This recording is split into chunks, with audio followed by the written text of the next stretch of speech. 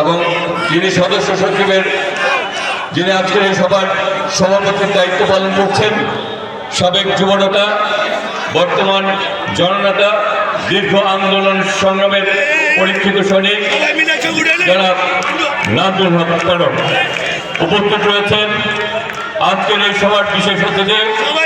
বাংলাদেশ জাতীয়তাবাদী স্বেচ্ছাসেবক দল ঢাকা মহানগরীর সাবেক সদস্য সচিব, ঢাকা মহানগর বিএনপির সাবেক ভারপ্রাপ্ত সদস্য সচিব এবং বর্তমান ঢাকা মহানগর বিএনপির অন্যতম যুগ্ম আহ্বায়ক, আন্দোলন সংগ্রাম করতে যে রাজপথ থেকে বেড়ে ওঠা পরীক্ষিত দেশের বেগম খালেদা জিয়ার বিশ্বস্ত হাতিয়ার জনাব লিটন মাহমুদ উপস্থিত রয়েছেন। আজকের সভার বিশেষ অতিথি বাংলাদেশ জাতীয়তাবাদী দল সবুজবাগ থানা বিএনপির